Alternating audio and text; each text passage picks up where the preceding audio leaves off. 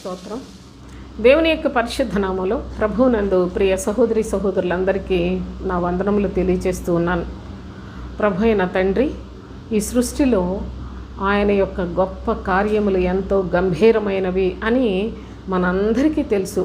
ఎందుకనగా దేవుని అంగీకరించిన ప్రతివారు దేవుని యొక్క కృపను, దేవుని యొక్క సహాయాన్ని, ప్రభువు చేసిన మేలులను పొందిన వారే కనుక వారి వారి యొక్క అనుభవములలో చాలా చాలా మరి దేవుని యొక్క గొప్పతనాన్ని గ్రహించగలిగి ఉంటారు.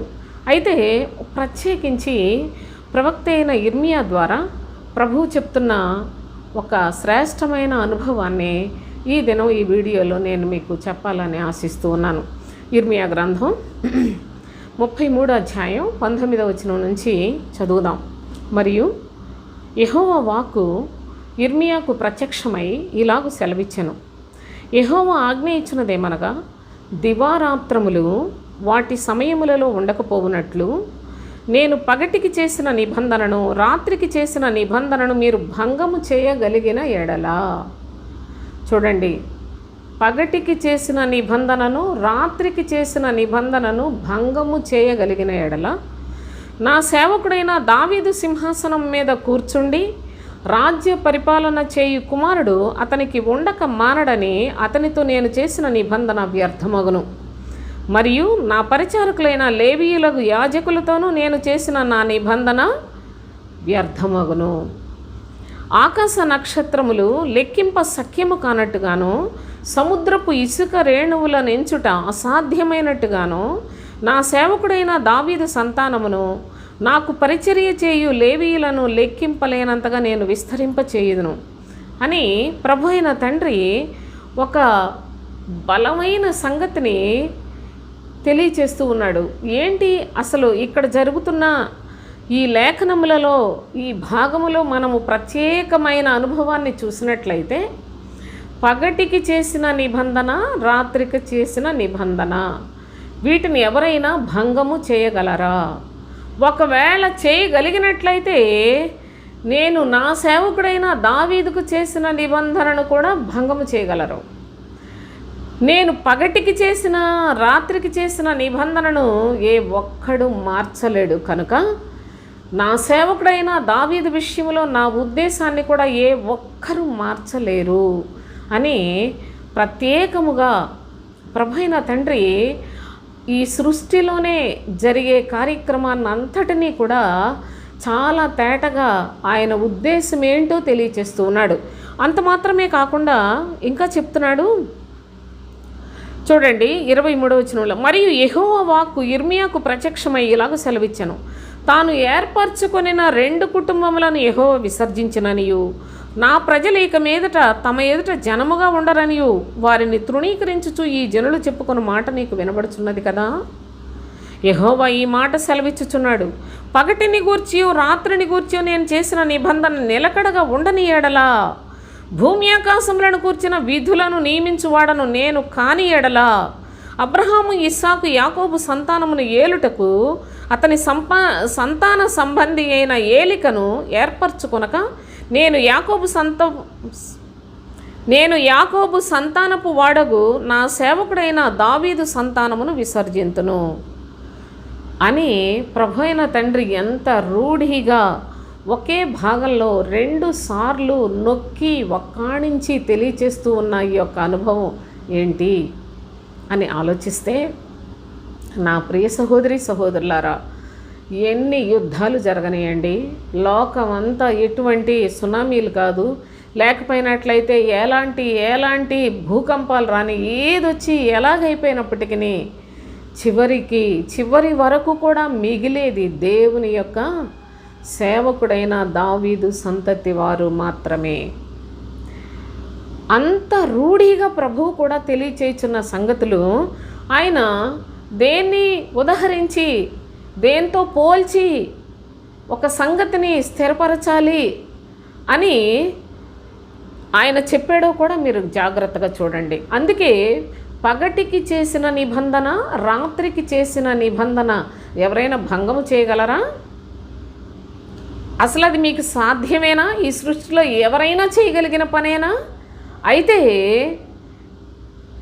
ఒకవేళ ఎవడైనా చేయగలిగినట్లయితే నేను ఏర్పాటు చేసుకున్న నా సేవకుడైన దావీదు సంతానము కూడా లైవ్ అయిపోతుంది.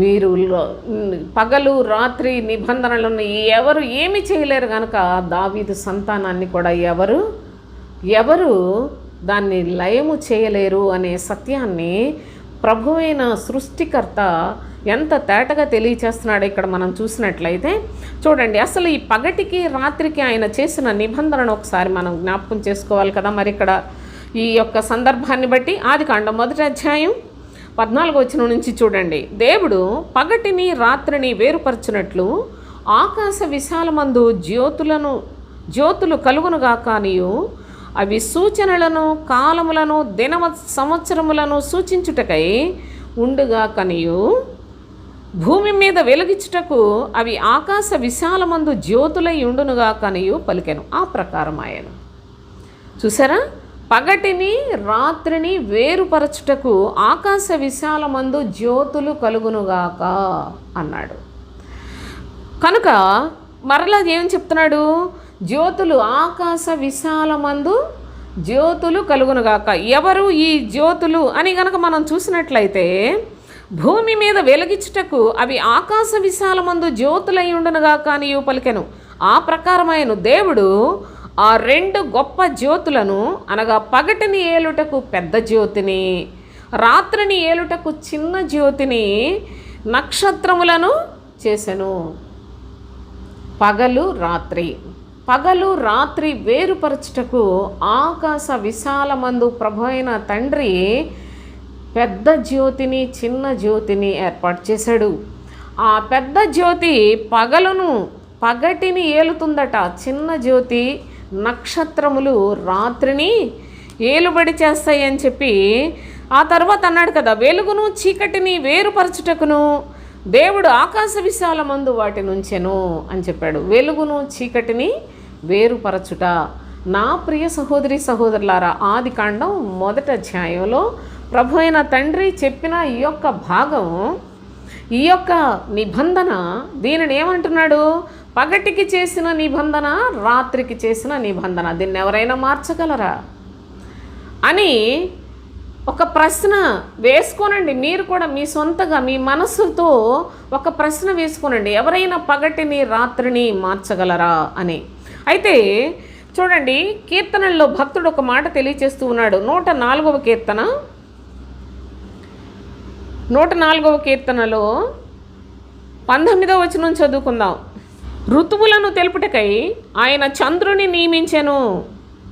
ఋతువులను తెలుపుటకై ఆయన చంద్రుని నియమించెను. సూర్యునికి తన అస్తమయ కాలము తెలియను. సూర్యుడికి తెలుసంట ఎప్పుడు అస్తమయం అవుతుందో ఆ కాలము ఎప్పుడో సూర్యునికి తెలుసట. అయితే ఋతువులను తెలుపుటకై ఆయన చంద్రుని నియమించెను అని కూడా భక్తుడు మనకు తెలియచేస్తూ ఉన్నాడు. వెలుగును చీకటిని వేరుపరచుటకును, పగటిని ఏలుటకు పెద్ద జ్యోతిని, రాత్రిని ఏలుటకు చిన్న జ్యోతిని నియమించినట్లుగాను ప్రభు అయిన తండ్రి ఆకాశ విశాలమందు ఈ జ్యోతులను నక్షత్రాలను కూడా ఏర్పాటు చేశాడు అనే సత్యాన్ని దేవుని యొక్క పరిశుద్ధ గ్రంథంలో మొట్టమొదట అధ్యాయములోనే ఈ విధముగా తెలియచేశాడు. అంటే దాన్ని పరిశుద్ధ లేఖనములలో చివరి వరకు కూడా ఏ విధముగా తండ్రి తన చిత్తాన్ని వెల్లడి చేస్తూ వచ్చాడో కూడా ఈ లేఖనాల్లో మనం చూద్దాం. అయితే ఇక్కడ ఏమంటున్నాడు? దావీదు సంతానము విషయంలో ప్రభువు ఎంతగా బాధ్యత తీసుకున్నాడో, తాను చేసిన నిబంధనను స్థిరపరిచాడో, ఆయన మాట ఇచ్చి నెరవేర్చు దేవుడు, మాట తప్పిపోయే దేవుడు కాదు. గడికి ఒక వేషం వేసుకొని చాలామంది దేవుళ్ళుగా మారుతున్న వారి వంటి వాడు కాడు. ఈ లోకములో నా ప్రియ సహోదరి సహోదరులారా, ఆయనే దేవుడు. అందుకనే ఇక్కడ చాలా స్పష్టంగా కూడా ఒక మాట మనకు తెలియచేస్తూ ఉన్నాడు. చూడండి, అదే అధ్యాయం ఇర్మియా గ్రంథం 33వ అధ్యాయంలో 26వ వచనం చూడండి. భూమి ఆకాశములను గూర్చిన విధులను నియమించువాడను నేను కాని ఎడల మీరు చాలా జాగ్రత్తగా పరిశీలనగా చదవాలండి లేఖనాలు. భూమి ఆకాశములను గూర్చిన విధులను నియమించువాడను నేను కాని ఎడల అబ్రహాము, ఇస్సాకు, యాకోబుల సంతానము ఏలుటకు అతని సంతాన సంబంధి అయిన ఏలికను ఏర్పరచుకొనక నేను యాకోబు సంతానపు వాడగు నా సేవకుడైన దావీదు సంతానమును విసర్జింతును. ఎంత రూఢిగా చెప్తున్నాడు చూడండి. భూమి ఆకాశముల కట ప్రభువు విధులను నియమించాడు.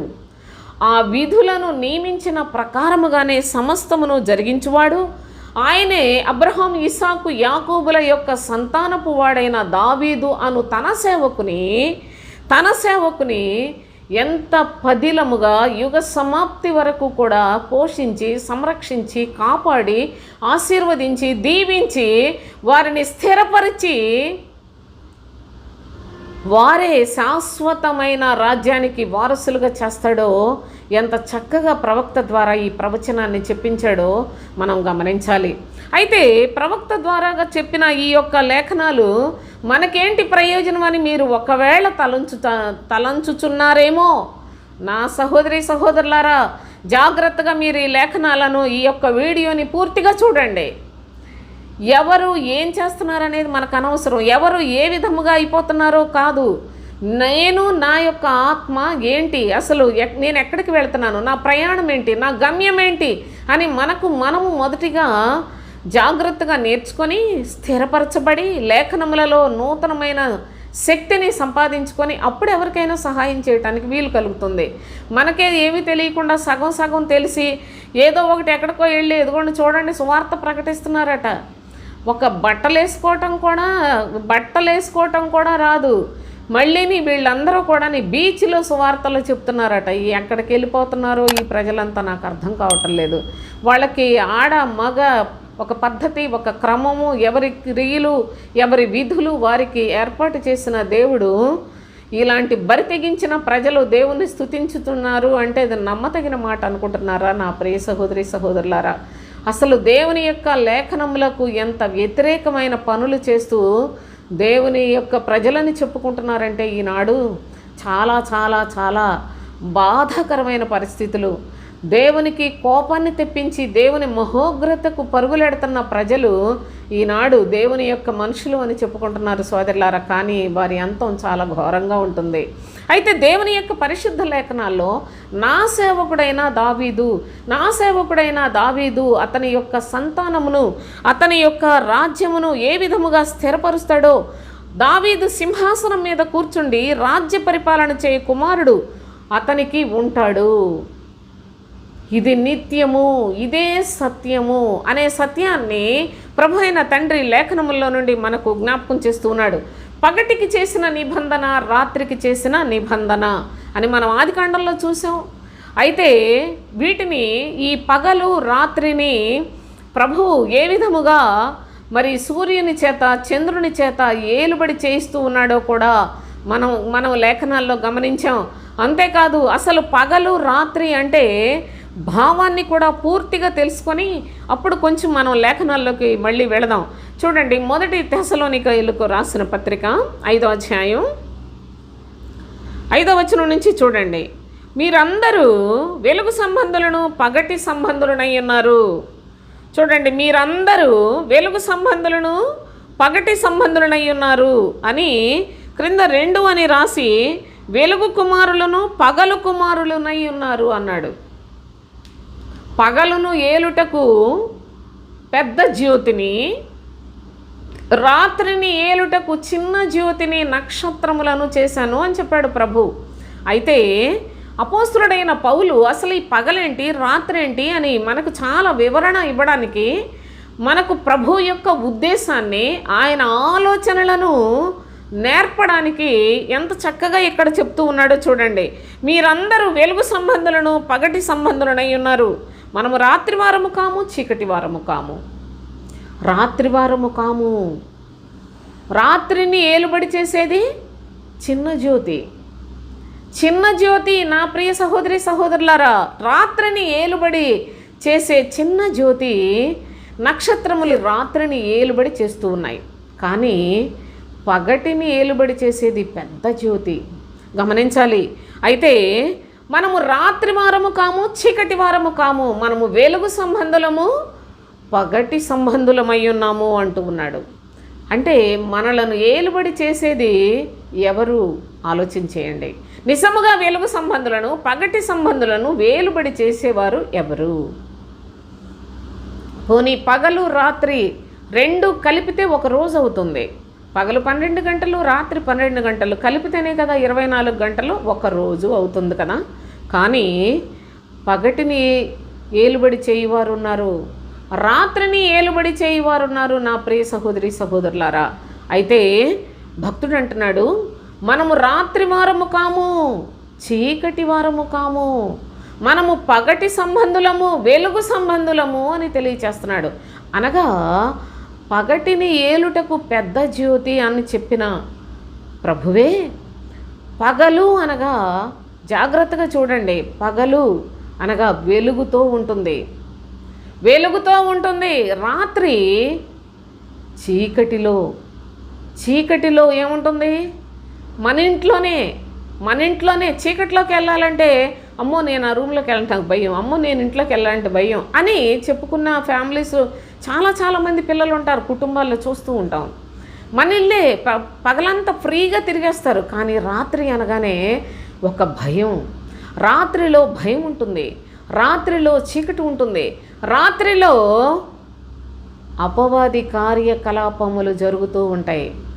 రాత్రిలోనే నా ప్రియ సహోదరి సహోదరులారా, దొంగలు కూడా కన్నము వేసి దొంగిలించే కాలం అది, దొంగలు తిరిగే కాలము.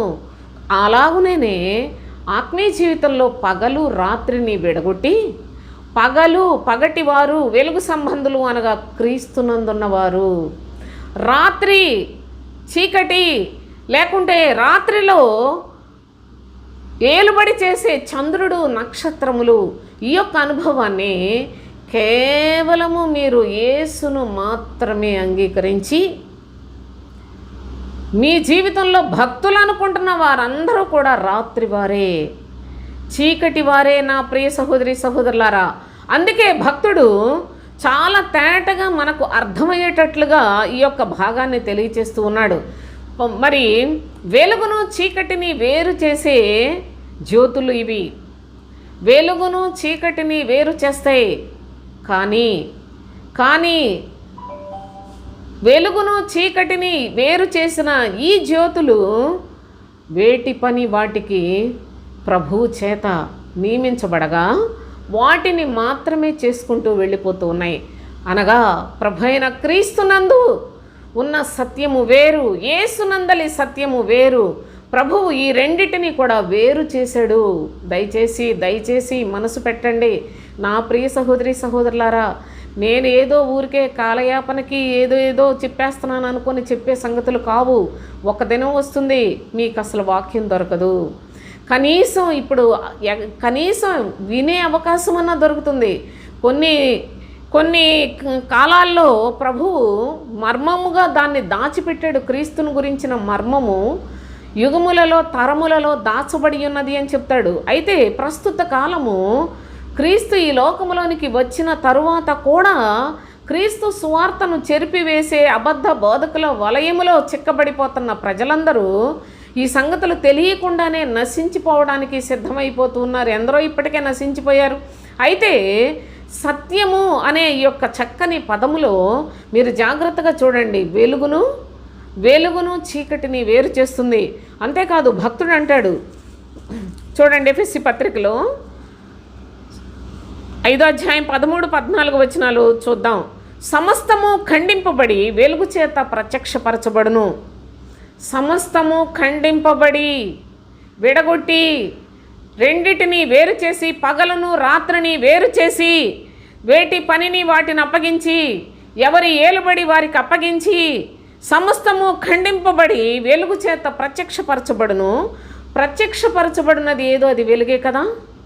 చూడండి, అందుచేత నిద్రించుచున్న నీవు మేల్కొని మృతుల్లో నుండి లెమ్ము, క్రీస్తు నీ మీద ప్రకాశించును.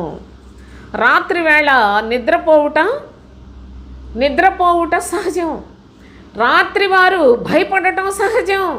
రాత్రివారు మరి చీకటి వారిగానే చీకటి కార్యాలు చేయటం కూడా సహజమే. ఎందుకనగా అది రాత్రి.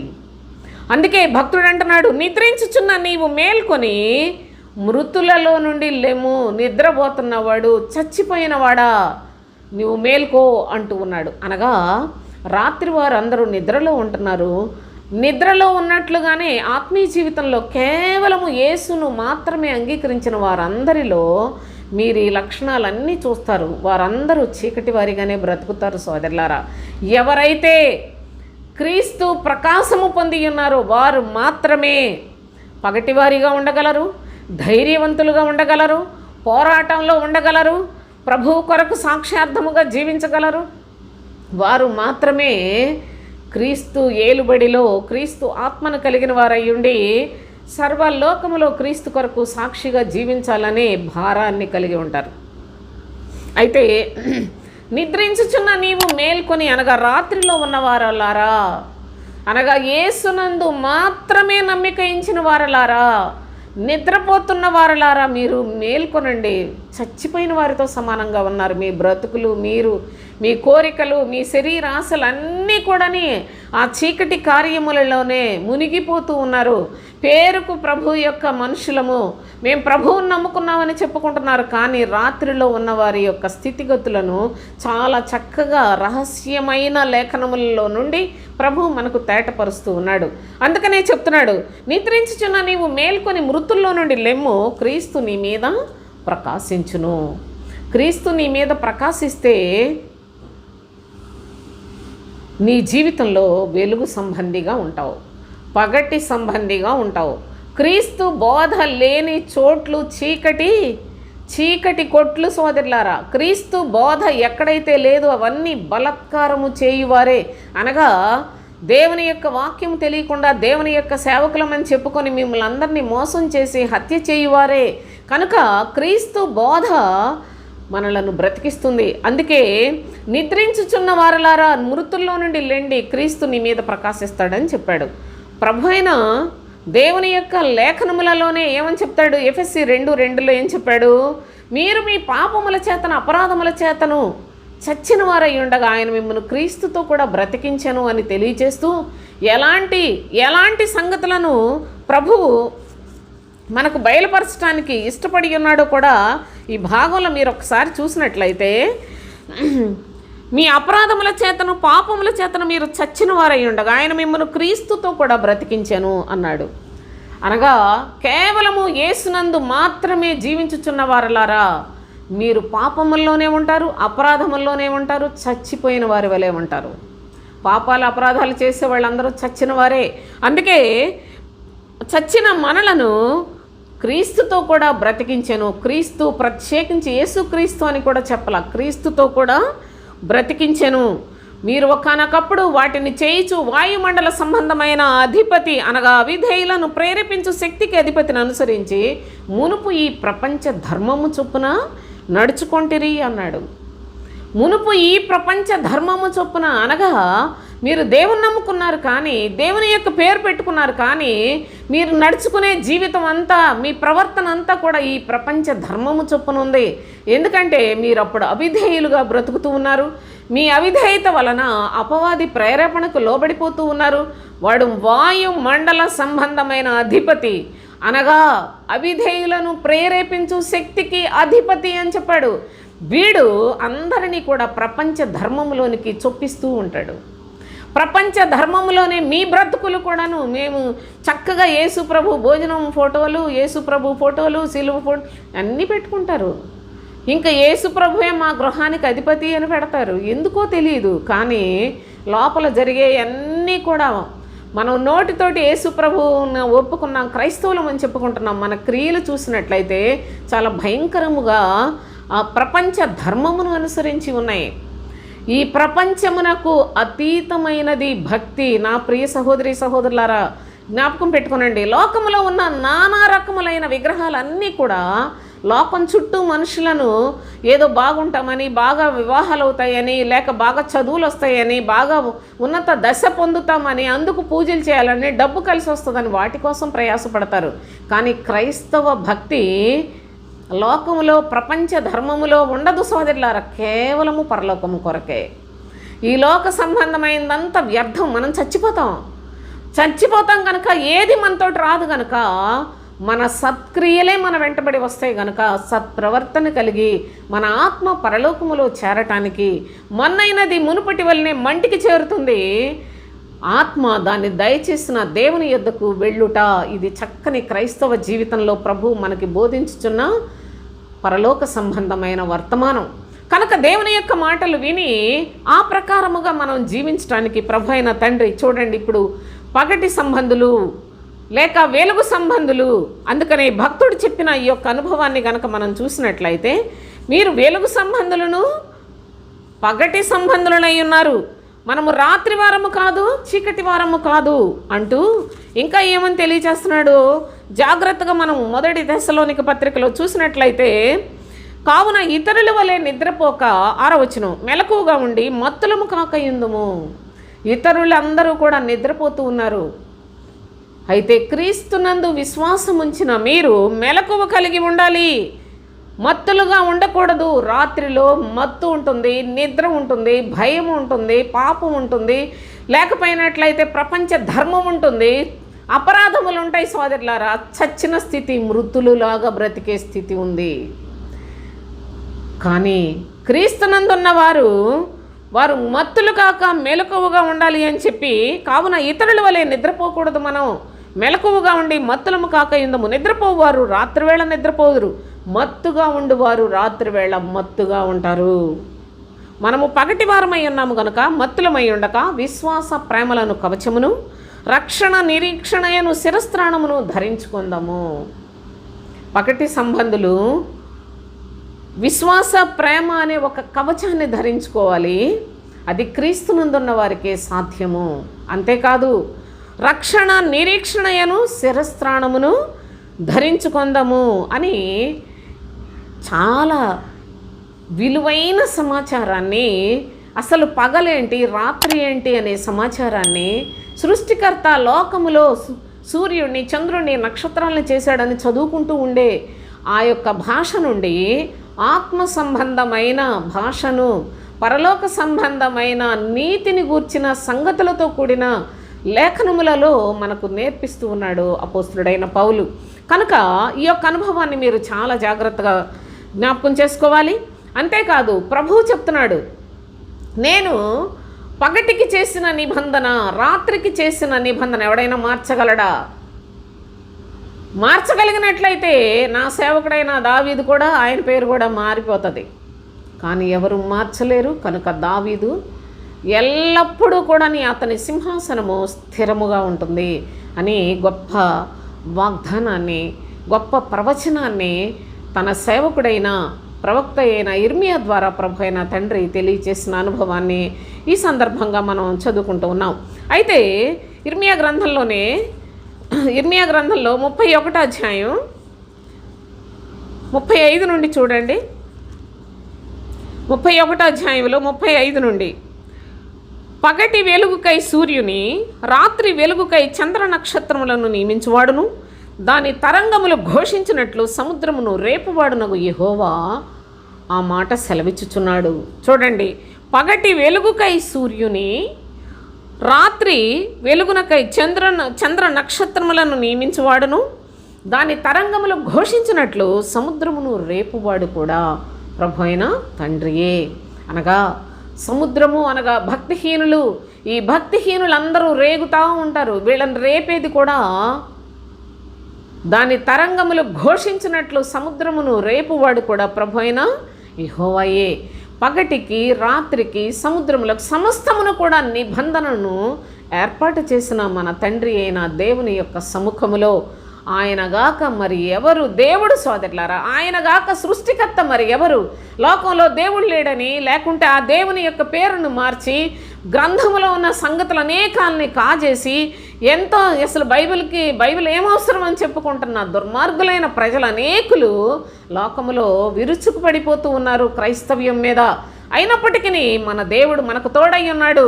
భూమి ఆకాశములు లయమైపోతాయి కానీ ఆయన మాట నిరంతరము నిలుస్తుంది కనుక ఆయన యొక్క ఆయన యొక్క సన్నిధిలో తన ప్రజలకు చేసిన వాగ్దానములు మార్చటం ఈ సృష్టిలో ఎవరికీ సాధ్యమయ్యేది కాదు. కనుక ఇట్టి గొప్ప తండ్రికి పిల్లలుగా బ్రతుకుట మనకెంత భాగ్యమో కూడా దయచేసి జ్ఞాపకం చేసుకునండి. అయితే దావీదు మహారాజు యొక్క అనుభవంలో చూసినట్లయితే దావీదు యొక్క సింహాసనము సదాకాలము ఉంటుంది అని చెప్పాడు.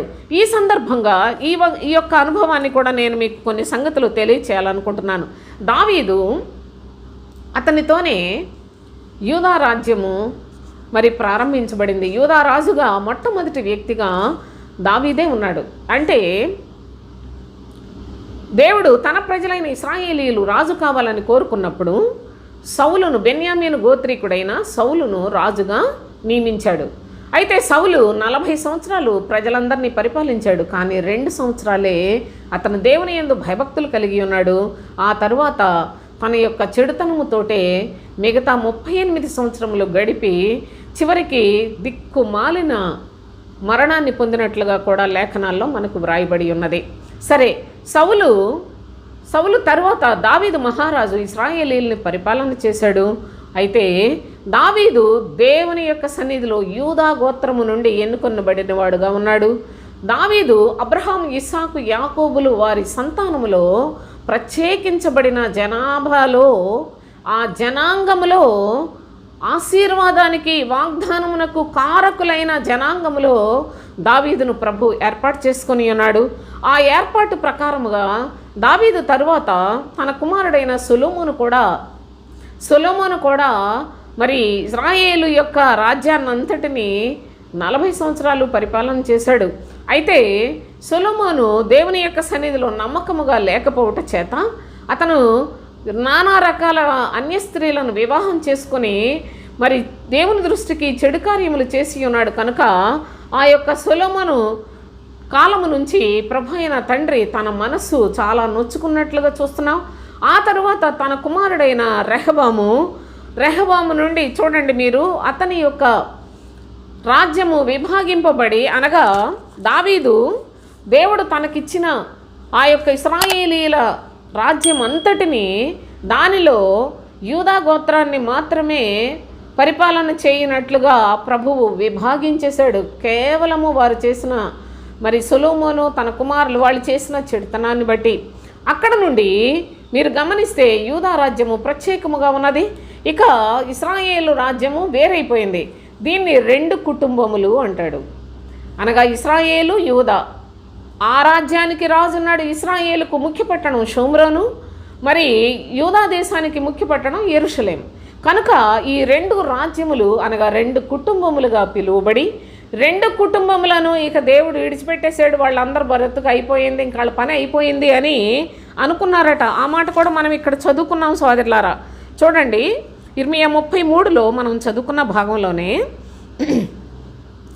23-24 వచనాలు చూడండి. మరియు యెహోవా వాక్కు ఇర్మియాకు ప్రత్యక్షమై ఇలాగూ సెలవిచ్చెను, తాను ఏర్పరచుకొనిన 2 కుటుంబములను యెహోవా విసర్జించెననియు, నా ప్రజలు ఇక మీదట తమ ఎదుట జనముగా ఉండరనియు వారిని తృణీకరించుచు ఈ జనులు చెప్పుకున్న మాట నీకు వినబడుచున్నది కదా.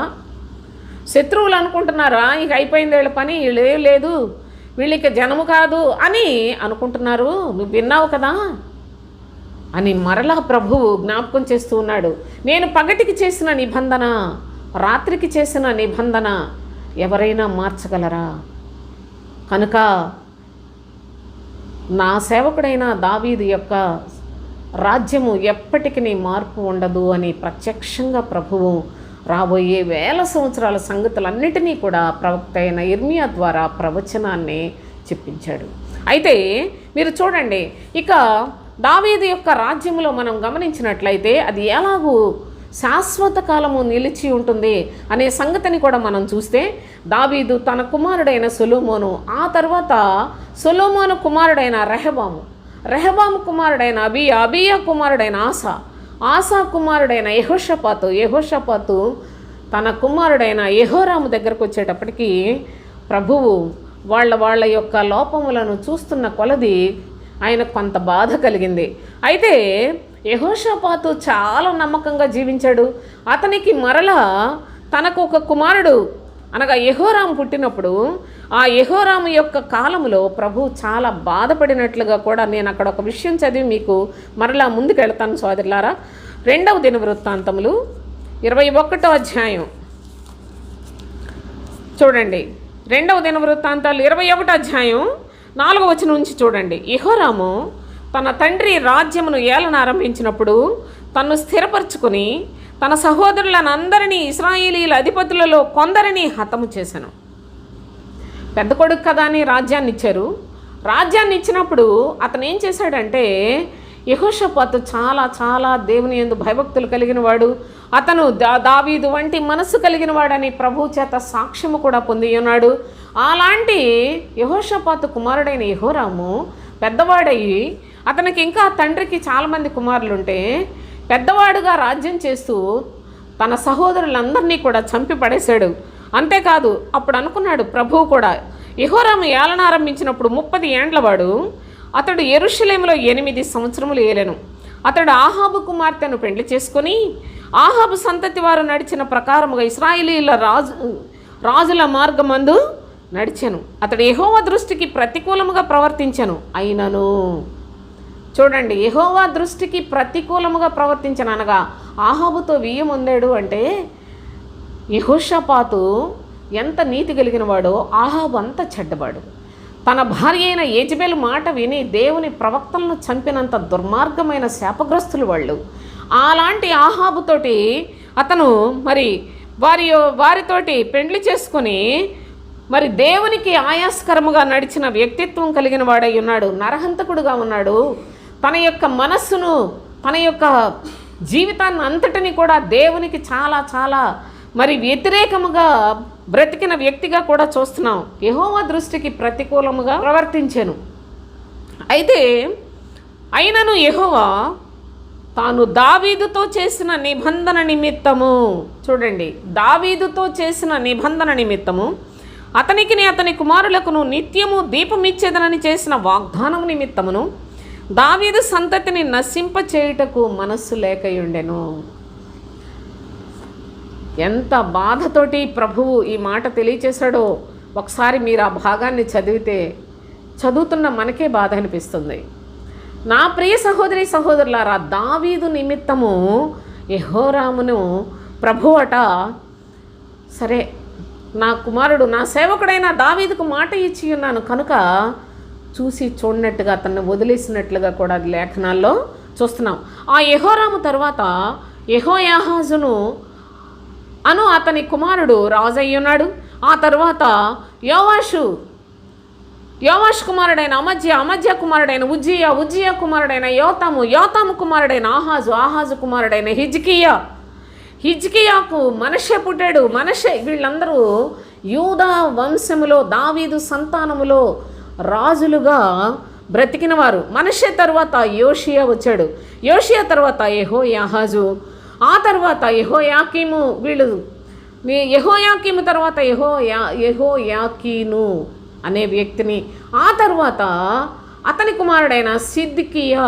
మొత్తం ఈ విధముగా రమారమి 19 మంది రాజులు యూదా రాజ్యం మీద పరిపాలన చేస్తున్నారు. ఇక సిద్కియా కాలంలోనికి వచ్చేటప్పటికల్లా వీళ్ళందరూ వారి చెడుతనాన్ని అలాగ మొత్తం చూసి దేవుడు వారందరినీ బబులోనుకు దాసులుగా నిజంగా చెరగొని పోబడినట్లుగా వారిని విడిచిపెట్టేసినట్లుగా చూస్తాం.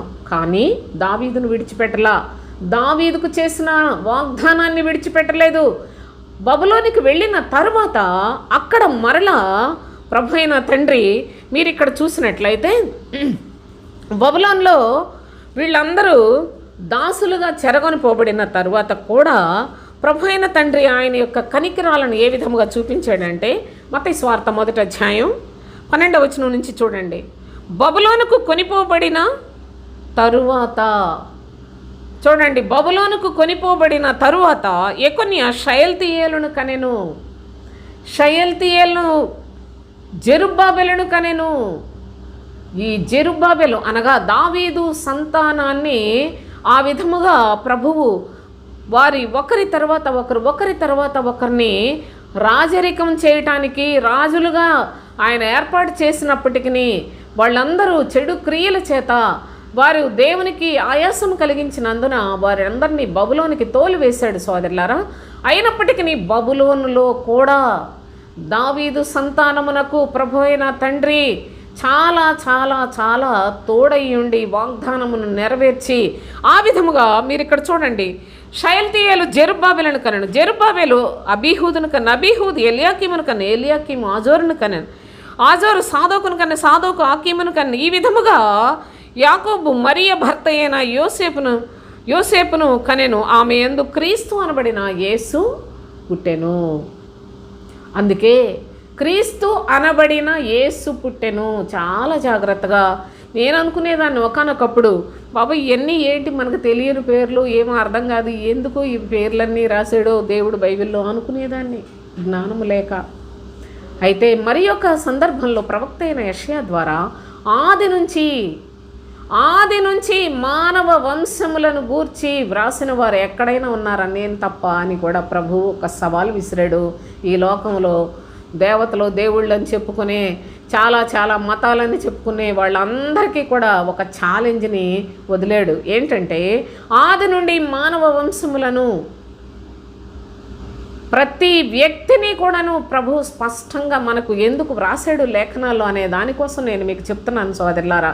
మనకు రుజువుగా, మనకు ప్రతి విషయాన్ని కూడా చాలా స్పష్టముగా నమ్మకత్వముతో కూడిన దేవాతి దేవుని యొక్క కార్యములు ఎంత మరి మన యొక్క జీవితంలో వాటిని దృఢపరుస్తూ మనం నేర్చుకొని విశ్వాసమందు స్థిరపరచబడటానికి వ్రాయబడిన ఈ పేర్లు అన్నీ కూడా ఒకరి తర్వాత ఒకరు ఏ విధముగా వచ్చారో, దావీదు యొక్క రాజ్యము ఏ విధముగా స్థిరపరిచాడో ప్రభు అయిన తండ్రి జ్ఞాపకం చేస్తూ, కన్య మరియా ఆమె పరిశుద్ధాత్మ ద్వారాగా క్రీస్తు అనబడిన యేసును కనియున్న స్థితి. అందుకే దావీదు కుమారుడా యేసు మమ్ములను కరుణింపవా అని ప్రభు అయిన క్రీస్తును లోకములో ఆయన శరీరధారిగా ఉన్నప్పుడు ఎందరో పిలిచినట్లుగా కూడా మనకు పరిశుద్ధ లేఖనాల్లో కనిపిస్తూ ఉంది. అయితే దేవుని యొక్క సన్నిధిలో దావీదు యొక్క రాజ్యము ఏ విధముగా స్థిరపరచబడింది అంటే ప్రభు అయిన క్రీస్తు ద్వారా దావీదు రాజ్యము సదాకాలము నిలిచి ఉంటుంది. అందుకనే ప్రకటన 5లో చెప్తాడు, యూదా గోత్రపు సింహం అయ్యున్న గొర్రెపిల్ల, వధింపబడిన గొర్రెపిల్ల, యోధా గోత్రపు సింహముగా ఆయన లోకములోనైతే గొర్రెపిల్లగానే వచ్చాడు, అందరి కొరకు ప్రాణాన్ని పెట్టాడు, అందరి పాప క్షమాపణ నిమిత్తము వధింపబడి ఉన్నాడు. అయితే ఆయన రాబోతూ ఉన్నాడు యూదా గోత్రపు సింహముగా. యూదా గోత్రమును ప్రభువు కోరుకున్న విధానం ఎంత ఘనమైందో, ఆ గోత్రములో ఎంత అద్భుతములు ఉన్నాయో, నేటి దినాన మనలను కూడా ప్రభు అయిన తండ్రి అదే యూదా గోత్రంలోనికి చేర్చి ఉన్నాడో, క్రీస్తు ద్వారా మనకు ఎంత వెసులుబాటును దయచేసి ఉన్నాడో, పగటికి రాత్రికి చేసిన నిబంధన ఎవడునూ భంగము చేయలేడు. అలాంటి భంగము చేయలేని నిబంధనను నా సేవకుడైన దావీదు విషయంలో కూడా ఏ ఒక్కడు దీనిని భంగము చేయలేడని ప్రమాణపూర్వకంగా మాట ఇచ్చి ఉన్నాడో, ఆ నిబంధనను మనకు కూడా వర్తించినట్లుగా ప్రభు అయిన తండ్రి మన ఎడల కూడా చూపిన మహాకృపను బట్టి దేవుని యొక్క పరిశుద్ధ నామానికి స్తుతులు చెల్లిస్తూ ఉన్నాను. మనకు కూడా ఎంత గొప్ప ప్రవేశాన్ని క్రీస్తునందు దయచేశాడు సోదరులారా. యేసునందు కాదు, క్రీస్తు ద్వారా బ్రతికించాడు, క్రీస్తు ద్వారా నూతన సృష్టిలో చేర్చాడు, క్రీస్తు నందే మనందరినీ కూడా నిత్య జీవమునకు వారసులుగా చేస్తూ ఉన్నాడు. కనుక ఇట్టి కృపను మనము స్వతంత్రించుకుని వారిగా ఉండాలి. కానీ ఈ యొక్క కృపలో మనము ప్రవేశించకపోయినట్లయితే ఎంత నష్టపోతాం. అందుకే యేసే క్రీస్తు అనే యొక్క ఛానల్లో, జీసస్ ఈజ్ ద క్రైస్ట్ అనే ఛానల్లో క్రీస్తులో ఉన్న ప్రాముఖ్యత, క్రీస్తులో ఉన్న ప్రాధాన్యత, క్రీస్తే సర్వాధికారి అనే సంగతులు, క్రీస్తుని గురించి ఎన్నో సంగతులు ఈ ఛానల్లో అనేక వీడియోస్ చేశాను సోదరులారా. దేవుని దయ ఉన్న వాళ్ళు చూస్తారు. దేవుని యొక్క దయలో ఉన్నవారే క్రీస్తును చూడగలరు, క్రీస్తును కనుగొనగలరు, క్రీస్తును వెదకగలరు, క్రీస్తును వెంబడించగలరు, క్రీస్తు కొరకే జీవించగలరు అనే సత్యాన్ని నా అనుభవపూర్వకముగా నేను పొందిన అనుభవాలు, ఆ యొక్క ప్రేమను మీరు కూడా పొందాలి ప్రభు ద్వారానని చాలా చాలా లేఖనాలు నేను మీకు తెలియచేశాను. అవి ఈవిడేదో చెప్పుకుపోతుంది, ఏదో అనేసన్నని అనేకులు అనాలోచనగా పట్టించుకోకపోయినప్పటికీ అది మీ ఇష్టం. కానీ దేవుడు నాకు ఇచ్చిన పనిని, యేసు మాత్రమే మీరు ఎరిగి మీ జీవితంలో రాత్రివారీగా నిద్రమత్తులుగా లేకపోయినట్లయితే బలహీనులుగా పిరికివారిగా ప్రపంచ ధర్మములోనికి బానిసలుగా పాపములు చేస్తూ అపరాధములు చేస్తూ చచ్చిన వారిగా ఉండిపోకూడదని క్రీస్తులో ప్రకాశమానమైన వెలుగు, ఆ వెలుగును మీ మీద ప్రకాశింపచేయడానికి ఆయన ఇష్టపడుతూ ఉన్నాడని, క్రీస్తే సర్వాధికారి అని మీకు నేను అనేకమైన వీడియోస్లో చెప్తూనే వచ్చాను. చాలా వీడియోస్ చేశానండి. కనుక దేవుని యొక్క పరిశుద్ధ లేఖనాల్లో వాటన్నిటినీ కనుక శ్రద్ధ కలిగి మనస్సు కలిగి ప్రభు సన్నిధిలో నిత్య జీవం పొందాలనుకున్న ఆశ కలిగిన వాళ్ళు వాటిని చూస్తే మీకు చాలా సహాయకరంగా ఉంటుంది. మీ ఆత్మలకు దేవుని యొక్క పరిశుద్ధ లేఖనములు ఎంత సహాయపడుతూ ఉంటాయో, ఎంత తోడై ఉంటాడో ప్రభు మీకే అర్థమవుతుంది. కనుక దయచేసి ఆ వీడియోలు చూడమని కూడా నేను మిమ్మల్ని వేడుకుంటూ ఉన్నాను సోదరులారా. అయితే ప్రభు అయిన తండ్రి దావీదు యొక్క సింహాసనాన్ని ఈ విధముగా స్థిరపరిచిన అనుభవాన్ని లేఖనాల్లో నుండి మనం చూస్తూ ఉన్నాం. మరి దీని యొక్క కంటిన్యూషన్ నెక్స్ట్ వీడియోలో చెప్తాను. దయచేసి ఈ లేఖనాలను మీరు కూడా జాగ్రత్తగా పరిశీలనగా చూడండి. వీటి యందు ఆసక్తి కలిగి లేఖనాలను నేర్చుకునండి. మీ ఆత్మలకు మేలు చేసుకునండి. నిత్య జీవం పొందటానికి చక్కని రాజమార్గములో మీ ప్రయాణ పద్ధతిని కొనసాగించడానికి మీకు సహాయపడుతుంది. కనుక ఇట్టి కృపను ఎవరు పోగొట్టుకోవద్దని మిమ్మల్ని వేడుకుంటూ ముగించేస్తున్నాను. దేవునికి స్తోత్రం. ఈ పరిశుద్ధ లేఖనములు దీని యొక్క నెక్స్ట్ వీడియోలో మరికొన్ని సంగతులు దీని గురించి చదువుకుందాం. ముగించేస్తాను.